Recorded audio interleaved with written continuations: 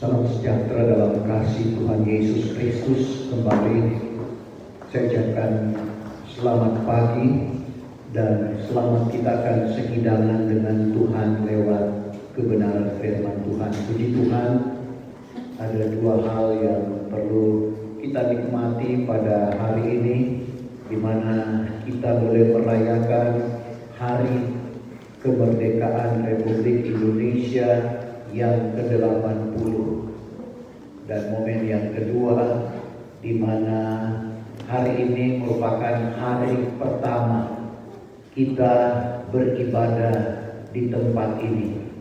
Puji Tuhan, Bapak Ibu Saudara, saya pernah ikut KKR di gedung yang seperti ini dan saya berada di balkon yang paling sudut. Saya berkata kepada Tuhan, kapan gereja segala bangsa Jemaat Philadelphia akan seperti ini? Dan ternyata angan-angan atau mimpi saya boleh terwujud. Dan saya percaya semua ini berkat doa kita semua. Puji Tuhan, Bapak Ibu Saudara, kita akan membaca satu ayat di dalam kebenaran firman Tuhan sehubungan dengan kita menempati tempat yang baru ini. Di dalam 2 Tawarik pasal 7 ayatnya yang ke-15. 2 Tawarik pasal 7 ayat yang ke-15. Dan untuk menghormati pembacaan firman Tuhan, saya jemput Bapak Ibu Saudara sekalian bangkit berdiri. Dalam Alkitab terjemahan lama 2 Tawarik 7 ayat 15, maka mataku akan terbuka dan telingaku pun mendengar akan permintaan doa di tempat ini. Terima kasih. Puji Tuhan, silakan dulu. Salinan baru, sekarang mataku terbuka dan telingaku menaruh perhatian kepada doa dari tempat ini.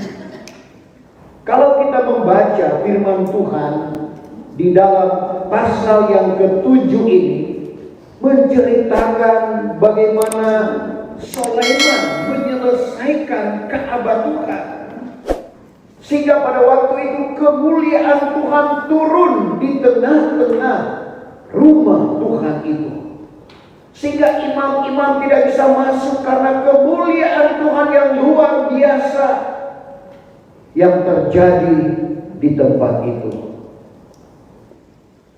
Bapak Ibu Saudara, siapakah Raja Sulaiman? Dia adalah anak dari Raja Daud. Sebenarnya suatu kerinduan besar Daud untuk membangun Ka'bah Tuhan, tetapi tidak diizinkan oleh Tuhan, dan itu dilanjutkan oleh Raja Sulaiman. Banyak hal yang Raja Sulaiman dapatkan dari Tuhan. Di dalam 2 Raja-Raja pasal 1 Raja-Raja 3 ayat 5 kan, pada waktu di Gibeon, maka Sulaiman bertemu dengan Tuhan lewat mimpi. Dan Tuhan tawarkan, pintalah olehmu kepadaku apa yang aku karuniakan kepadamu. Coba kita baca ayat itu. Raja-Raja 3 ayat yang ke-5. Maka di Gibeon juga nyatalah Tuhan kepada Raja Sulaiman dalam mimpi pada malam. Dalam mimpi pada malam. Maka firman Allah kepadanya, pintalah olehmu barang yang kau kehendak aku karuniakan kepadamu. Pintalah olehmu kepadaku yang aku hendak karuniakan kepadamu. Raja Sulaiman tidak minta harta benda. Dia tidak minta kekayaan. Dia tidak minta kemuliaan atau kemasyhuran. Dia tidak minta umur panjang. Dia tidak minta jiwa segala pembencinya. Yang dia minta hanyalah hikmat dan pengetahuan yang daripada Tuhan untuk memimpin bangsa yang dalam pemandangannya bangsa Israel adalah bangsa yang besar. Kalau kita baca dalam 2 Tawarik 1 mulai ayat yang ke-10. Ayat yang ke-10 mulai. Sebab itu karuniakanlah apalah kepadaku hikmat dan pengetahuan, supaya dapat aku keluar masuk di hadapan pemandangan bangsa ini. Karena siapa gerangan dapat memerintahkan segala umatku yang sebanyak ini? Maka firman Allah kepada Sulaiman, tegak kehendak hatimu demikian, dan tiada engkau minta kekayaan, dan harta benda, atau kemuliaan, atau jiwa segala pembencimu, atau umur panjang, melainkan engkau menghendaki hikmat dan pengetahuan bagi dirimu, supaya engkau dapat memerintahkan segala umatku yang telah kujadikan dikau akan rajanya. Terus, Maka sebab itu hikmat dan pengetahuan telah dikaruniakan kepadamu, dan lagi aku menganugerahi engkau kelak dengan kekayaan, dan harta benda, dan kemuliaan, sebagaimana belum pernah ada pada barang seorang daripada segala raja-raja yang dahulu daripadamu, dan tiada akan ada pada orang yang kemudian daripadamu. belum pernah ada raja yang sama dengan Raja Sulaiman, dan tidak akan bangkit lagi raja yang seperti dia. Suatu hal yang luar biasa yang Tuhan anugerahkan di dalam kehidupannya. Padahal yang dia minta hanyalah hikmat dan pengetahuan yang daripada Tuhan. Karena dia menyadari siapakah dia untuk memimpin bangsa yang besar dalam pemandangannya, yaitu bangsa yang dipilih oleh Tuhan, bangsa Israel. Dan Raja Sulaimanlah yang membawa umat Israel menuju pada puncak kejayaan. Pada zaman Raja Sulaiman, perak tidak berharga, bahkan membuat penasaran raja-raja kafir, saudara, sehingga selama kepemimpinan Raja Sulaiman, umat Israel tidak pernah berperang dengan bangsa manapun. Sulaiman disegani oleh raja-raja kafir, sehingga permaisuri Sheba memberanikan diri untuk menyaksikan atau membuktikan apa yang dia dengar selama itu. Saudara, dia datang dengan berbagai penerkah, dan semua dijawab oleh Raja Sulaiman. Dan bukan hanya itu, dalam 1 Raja-Raja 10 mulai ayat 1, bagaimana permaisuri Sheba memperhatikan akan keberadaan istana Raja Sulaiman. Cara duduk pegawainya, cara berdiri, cara berpakaian, cara mereka berarak masuk ke dalam rumah Tuhan, tidak bergaya permaisuri Sheba. Dan dia katakan ternyata apa yang dia dengar selama ini belum separuh dengan apa yang dia saksikan tentang keadaan istana Raja Sulaiman.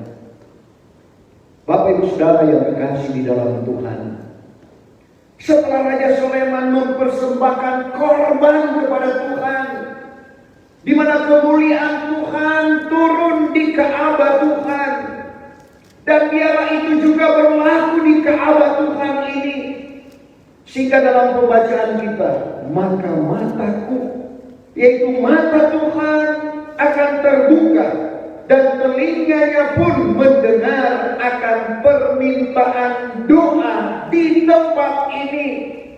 Saudara, biarlah itu juga berlaku di tempat ini. Bagaimana mata Tuhan akan melihat setiap kita yang datang berbakti kepada Tuhan. Karena Raja Sulaiman katakan dalam Amsal 15 ayat yang ketiga, mata Tuhan ada di atas segala tempat. Yang ketiga, mata Tuhan adalah atas segala tempat. Mata Tuhan ada di atas segala tempat, sambil memandang akan orang jahat dan orang baik. Sambil memandang akan orang jahat dan orang baik. Tuhan memonitor kita saat ini. Tidak ada yang tersembunyi pada pemandangan Tuhan. Dan kalau Tuhan memandang akan kehidupan kita, tidak seperti kita memandang akan manusia yang lain. Kita terbatas, Bapak Ibu Saudara. Pandangan kita hanya pada kasat mata apa yang ada di hadapan kita. Tetapi Tuhan memandang sampai ke dalam batin kita. Buktinya pada waktu Samuel pergi ke rumah Isai, Tuhan suruh dia untuk melantik, mengurapi salah satu anak dari Isai.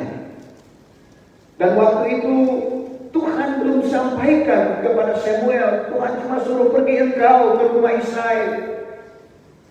Dan setibanya Samuel di rumah Isai, terpandanglah ia akan Elia. Wah, ini tinggi besar, perkasa, pasti ini yang akan diminyaki.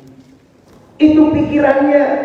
Jadi setibanya dia di rumah Samuel, dia tidak lagi bertanya kepada Tuhan, inikah dia yang akan diurapi? Langsung pikirannya. 1 Samuel 16 ayat yang ke-6. Hatam, tatkala mereka itu masuk serta terpandanglah Samuel akan Elia. Terpandanglah Samuel akan Elia. Maka datanglah pikirannya. Datang pikirannya. Bahwasanya inilah dia yang akan disiram bagi Tuhan. Inilah dia yang akan disiram bagi Tuhan. Tetapi datanglah firman Tuhan kepada Samuel. Firman Tuhan datang kepada Samuel pada ketika itu juga. Janganlah engkau pandang akan rupanya. Jangan engkau pandang rupanya. Atau akan ketinggian lembaganya. Atau ketinggian lembaganya. Karena sudah kutolak akan dia, bahwa yang dipandang oleh manusia itu satu pun tiada adanya. Yang dipandang oleh manusia satu pun tiada adanya atau terbatas adanya. Karena manusia memandang seperti yang di hadapan mata saja. Manusia memandang seperti apa yang di mata saja. Tetapi Tuhan memandang sampai ke dalam batin. Tuhan memandang sampai ke dalam hati. Tuhan memandang sampai ke dalam batin. Tidak ada yang tersembunyi pada pemandangan Tuhan saat ini. Apa yang ada di dalam hati kita, apa yang ada di dalam pikiran kita, Tuhan tahu. Untuk itu Bapak Ibu Saudara yang terkasih di dalam Tuhan Yesus Kristus, di dalam kehidupan kita, mari kita berusaha untuk memperkenankan Tuhan. Artinya jalan kita seperti kata Raja Soleman dalam Amsal 16 ayatnya yang ke-7.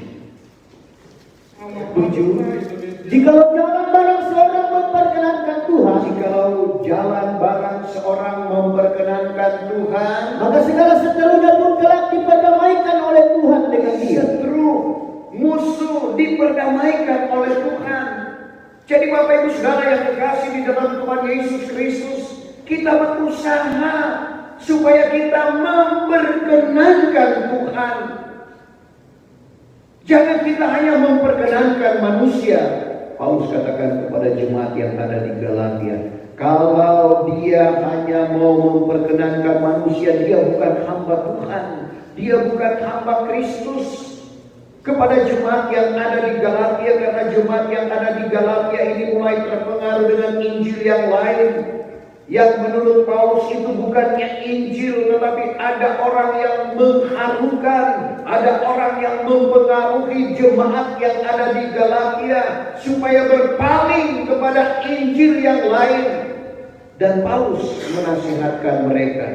Kita baca dalam Galatia 1 mulai 6. Yang ke-6, aku heran bahwa kamu sebegitu lekas berpaling daripada dia, Kamu sebegitu lekas berpaling daripada dia, yang memanggil kamu dalam anugerah Kristus kepada suatu Injil yang berlainan. kepada satu Injil yang berlainan. Padahal yang lain itu bukannya Injil, Padahal itu bukan Injil. tetapi ada setengah orang yang mengharukan kamu. Ada orang yang mengharukan, ada orang yang mempengaruhi akan jemaat Galatia, Dan yang hendak menyungsangkan Injil Kristus. memutarbalikan, menyungsangkan Injil Kristus. Dan ini menjadi perhatian juga bagi Bapak, Ibu, saya dan saudara. Lanjut. 7. Padahalnya yang ayat 8. Tetapi jikalau kami ini atau seorang malaikat dari surga sekalipun akan memberitakan kepadamu Injil lain daripada yang telah kami beritakan kepadamu, biarlah ia terlaknat. Sebagaimana yang telah kami katakan dahulu, sekarang pun kukatakan pula, bahwa jika barang seorang memberitakan Injil kepadamu lain daripada yang telah kamu terima itu, biarlah ia terlaknat. Sekarang aku menyukakan manusia ke Allah, Menyukakan manusia kah atau Allah? atau aku mencari jalan diperkenankan oleh manusia kah? Aku mencari jalan diperkenankan oleh manusia kah? Jikalau aku lagi mencari jalan diperkenankan oleh manusia, Kalau Paulus mencari jalan memperkenankan manusia, maka bukanlah aku hamba Kristus. bukan aku hamba Kristus. Jadi kita perhatikan bagaimana Paulus meskipun kadang-kala dia harus berdiri pada zona tidak aman, tidak nyaman, tapi dia berusaha untuk berdiri pada kebenaran firman Tuhan yang sesungguhnya. Demikian juga dengan kehidupan kita. Artinya jangan kita hanya mau memperkenankan manusia. Itu boleh juga Bapak Ibu Saudara, tapi harus memperkenankan Allah. Jangan kita memperkenankan manusia, tapi kita tidak berkenan kepada Allah. Samuel, dia memperkenankan Allah dan memperkenankan manusia. Dalam 1 Samuel 2 ayat 26, maka Samuel orang muda itu makin besar makin ia berkenan, baik kepada Tuhan, baik kepada manusia. Jadi Bapak Ibu Saudara, bagaimana kita memperkenankan Tuhan? Kalau kita memperkenankan Tuhan, kita juga dapat memperkenankan manusia.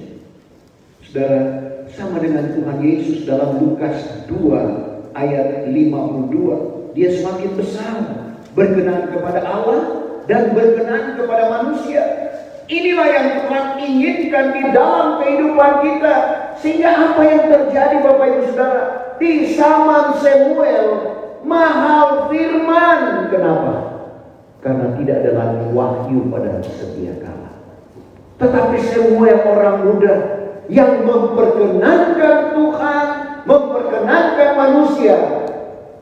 Di dalam 1 Samuel pasal 3, waktu dia ada di rumah Tuhan, dia tidur di rumah Tuhan waktu itu. Imam Eli ada di pastori kalau sekarang. Di rumah Tuhan, Samuel dipanggil oleh Tuhan. Tapi pada sangka Samuel bahwa Imam Eli yang memanggil dia. Saudara, begitu kedua kali dia datang kepada Imam Eli. Tuhan telah memanggil saya. Imam Eli bilang, saya tidak panggil kau. Sampai 3 kali coba kita baca ayat itu. 1 Samuel 3 ayat 1. Ayat yang pertama mulai hatam, maka Samuel orang muda itu berkhidmatlah kepada Tuhan di hadapan Eli. Berkhidmat kepada Tuhan di hadapan Eli. Maka mahallah firman Tuhan pada masa itu. Mahal firman Tuhan pada waktu itu. Karena tiada wahyu pada sedia kala. Karena tidak ada lagi wahyu pada sedia kala. Maka sekali peristiwa pada masa itu, sementara Eli berbaring pada tempat tidurnya, adapun mata Eli pada masa itu mulai kabur, tiada lagi nampak baik-baik. Dan pelita Tuhan belum padam, dan Samuel pun sudah pergi berbaring tidur dalam Ka'bah Tuhan, yaitu di tempat tabut Allah. Maka dipanggil Tuhan akan Samuel, lalu katanya bahwa saya ada di sini. Maka berlarilah ia pergi mendapatkan Eli, sambil katanya bahwa saya ada di sini. Maka Tuhan sudah memanggil saya.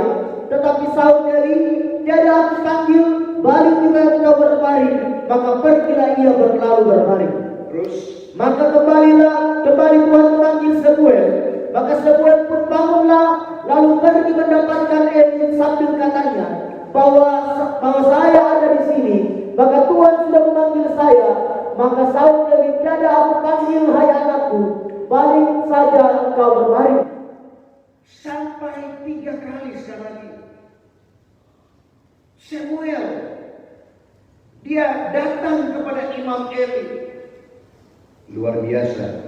Mungkin kalau itu berlaku dalam pribadi saya 1 kali, ya oke, kedua kali, ya belum tentu. Apalagi ini tengah malam, saudara. Tapi disinilah Tuhan melihat ketaatan dari Samuel. Kan bisa saja pada waktu itu di mana Tuhan langsung berkata kepada Samuel, bukan Imam Eli yang memanggil engkau, tapi aku ini Allahmu, aku ini Tuhanmu. Tapi Tuhan izinkan sampai 3 kali dia harus pergi kepada Imam Eli. Dan pada kali yang ketiga Imam Eli menyadari bahwa yang memanggil dia adalah Tuhan. Sehingga Imam Eli memberikan penjelasan kepadanya. Kalau itu datang, katakan aku ini hambamu, berfirmanlah Tuhan. Mahal firman waktu itu, tidak ada wahyu. Tetapi karena Samuel yang berkenan kepada Tuhan dan yang berkenan juga kepada manusia, akhirnya dia bisa menerima wahyu daripada Tuhan. Bapak Ibu Saudara yang terkasih di dalam Tuhan, kita kembali ke ayat firman Tuhan yang kita baca tadi. Maka mataku akan terbuka.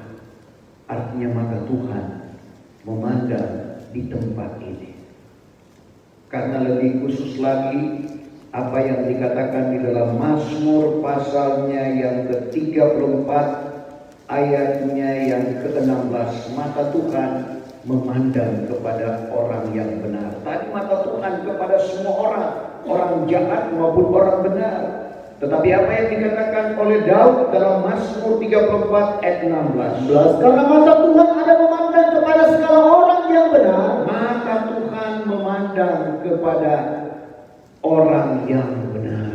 Dan telinganya pun terbuka kepada doanya. Telinganya terbuka kepada doanya. Artinya dia melihat kita. Kalau dia melihat kita, dia melihat apa yang menjadi pergumulan kita. Kadang-kala kita sudah ada di zona aman, tapi seperti yang dikatakan dalam kesaksian tadi, Tuhan izinkan kita untuk keluar dari zona aman, supaya kita tetap berharap kepada Tuhan, supaya kita tidak mengandalkan keadaan kita sendiri, tapi kita tetap mengandalkan Tuhan. Karena kadang-kala itu yang terjadi di dalam kehidupan kita, Bapak Ibu Saudara, supaya kita tetap mengandalkan Tuhan, supaya kita tetap berharap kepada Tuhan, karena Dia tahu apa yang harus Dia buat di dalam kehidupan kita. Dia tidak mau kita harus selalu ada pada zona aman. Seperti yang saya katakan, apa yang terjadi kepada Daniel. Daniel bisa cari zona aman. Pada waktu ada ultimatum, karena ini merupakan jebakan dari kedua Perdana Menteri dan para menteri, karena mereka melihat tidak ada kesalahan, tidak ada alasan untuk menuduh Daniel untuk dipersalahkan di kerajaan Babilonia pada waktu itu. Sehingga mereka tahu bahwa Daniel suka berdoa kepada Tuhan. Dan inilah alasan yang tepat bagi mereka untuk menyalahkan Daniel, karena raja waktu itu tidak tahu dengan apa yang disepakati oleh Perdana Menteri dan menteri-menteri untuk menjebak Daniel. Karena Daniel sangat dikasihi oleh raja, padahal dia orang tawanan, dia orang buangan. Sehingga mereka bersepakat untuk mengeluarkan ultimatum, supaya ultimatum ini ditandatangani oleh raja dan ditaruh meterai. Kalau sudah dimeterai, raja sendiri tidak bisa mengubah akan ultimatum itu. 30 hari kemudian tidak ada yang boleh berdoa kepada siapapun kecuali kepada raja. Itulah ultimatum. Mendengar hal ini tidak membuat Daniel mau cari zona aman. Kan bisa saja dia cari zona aman, Tuhan. Cuma 3. Jika diketahuinya akan hal surat itu sudah dimeteraikan oleh baginda sekalipun, masuklah juga ia ke dalam rumahnya, yang pada ayatnya adalah tingkap-tingkap dan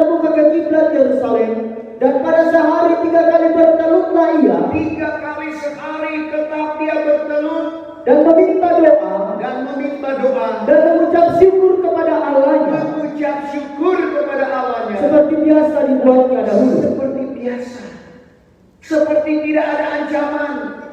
Dan akhirnya betul yang terjadi, dia harus ditangkap dan dibuang ke kandang singa. Apa yang terjadi?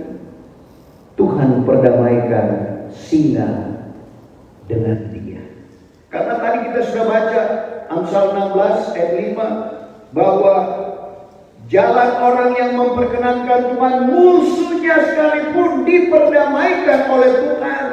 Suatu kalau kita memperkenankan Tuhan, Bapak Ibu Saudara, kita selalu ada hubungan dengan Tuhan. Ada waktu kita. Daniel sebagai seorang Perdana Menteri tentunya diperhadapkan dengan kesibukan. Daniel Daud juga sebagai seorang raja, tentunya dia diperhadapkan dengan banyak kesibukan. Tapi apa yang terjadi? Kedua tokoh ini, baik Daud maupun Daniel, tetap 3 kali sehari.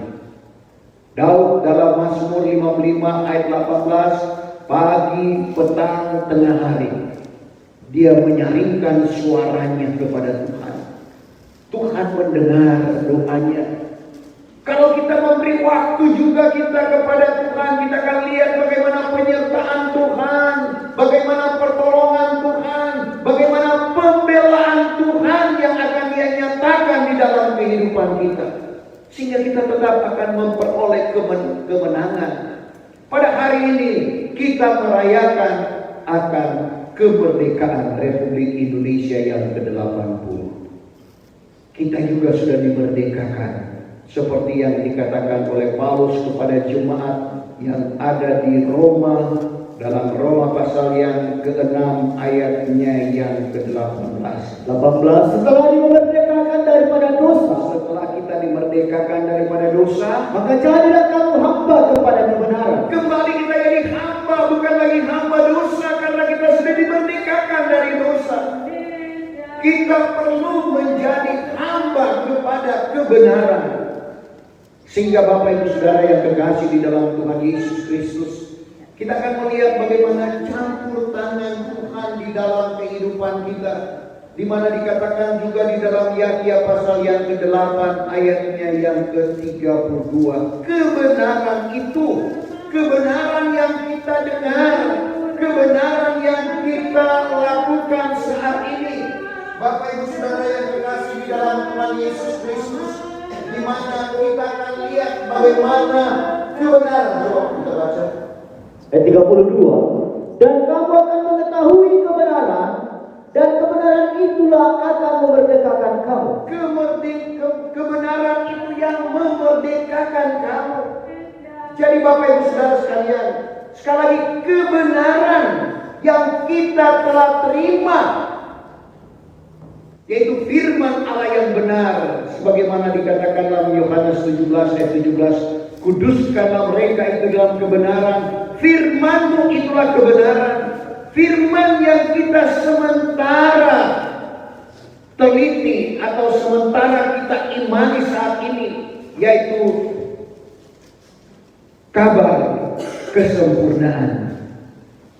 Yakub 1:25, orang yang meneliti hukum yang sempurna, yaitu hukum kemerdekaan. Hukum kemerdekaan berbicara tentang hukum roh yang memerdekakan kita. 25. Tetapi orang yang meneliti hukum yang sempurna, Orang yang meneliti hukum yang sempurna, yaitu hukum kemerdekaan, hukum kemerdekaan yang berbicara tentang hukum roh. Kita baca ke Roma 8 ayat 1. Hukum kemerdekaan itulah hukum roh yang memerdekakan Bapak, Ibu, saya dan saudara, yang membebaskan kita daripada dosa.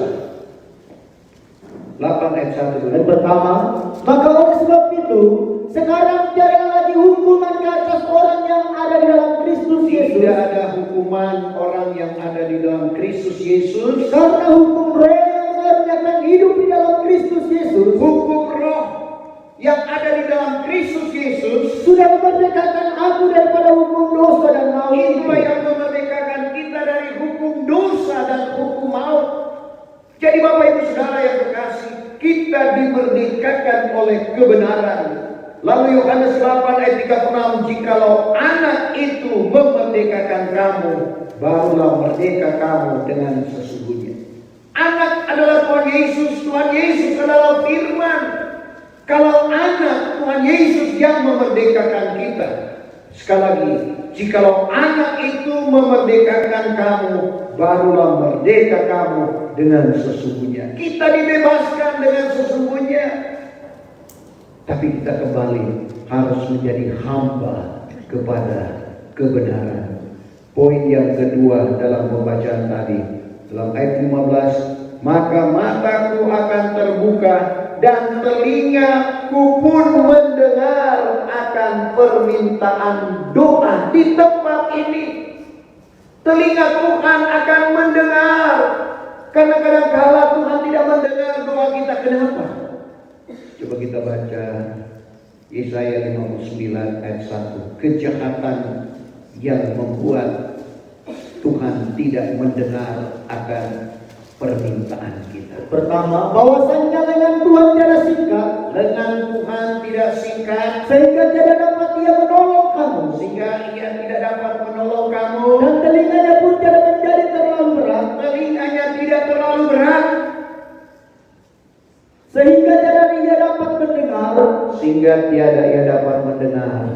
Tetapi segala kejahatanmu sudah menceraikan kamu daripada Allahmu. Kejahatan, saudara, Bapak Ibu Saudara, kejahatan itulah yang senantiasa membuat ada gap antara kita dengan Tuhan. Dan sebab segala dosamu disamarkannya wajahnya daripadamu, Dosa yang membuat Dia samarkan wajah kita, sehingga tiada didengarnya akan kamu. sehingga Dia tidak dengar. Jadi dosa yang membuat Tuhan tidak dengar akan permintaan kita. Tapi sekali lagi janji Tuhan di tempat ini, di mana Dia akan melihat keberadaan kita, Dia akan memperhatikan apa yang menjadi pergumulan kehidupan kita, apa yang menjadi persoalan kita, dan Dia mendengar akan setiap doa kita. Kalau Tuhan dengar doa kita, berarti apa yang kita minta Dia akan anugerahkan di dalam kehidupan kita. Karena Matius 7 ayat 7, pintalah maka akan diberi, akan diberi. Belum langsung diberi Bapak Ibu Saudara, melalui proses, tapi cepat atau lambat. Jadi kita lihat ayat 7 itu merupakan pernyataan, dan jawabannya ada di dalam ayat yang ke-8. Matius 7 ayat 7, Mintalah maka akan diberi, minta maka akan itu proses. carilah maka kamu akan mendapat, Cari maka kamu akan dapat. ketuklah pintu maka pintu akan dibukakan bagimu. Pintu akan dibukakan. Terus Karena tiap-tiap orang yang meminta, tiap-tiap orang yang meminta ialah menerima, menerima, tak lagi pakai akan. Pernyataannya akan menjadi kenyataan. dan yang mencari ialah mendapat, dan yang mengetuk pintu baginya pintu akan dibukakan. Salinan baru tidak pakai akan lagi. Memang tidak pakai akan lagi, tapi terjemahan lama masih pakai akan yang bagian terakhir.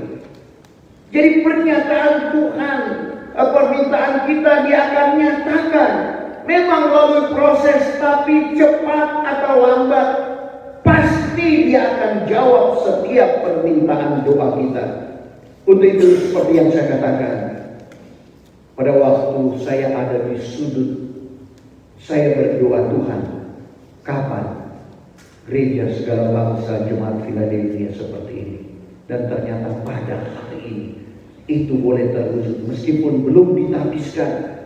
Tetapi momen hari ini adalah hari kemerdekaan Republik Indonesia, dan hari ini merupakan hari perdana kita berbakti di tempat ini. Mari kita memanjatkan doa kita, karena Dia akan dengar doa kita. Dia akan melihat setiap keberadaan kita yang ada di tempat ini. Sekali lagi firman Tuhan berkata, maka mataku akan terbuka dan telingaku pun mendengar akan permintaan doa di tempat ini. Saya jemput kita bangkit berdiri. Kita sempurnakan ibadah kita. Kita akan menyembah Bapa dengan roh dan kebenaran. Betapa besar kasih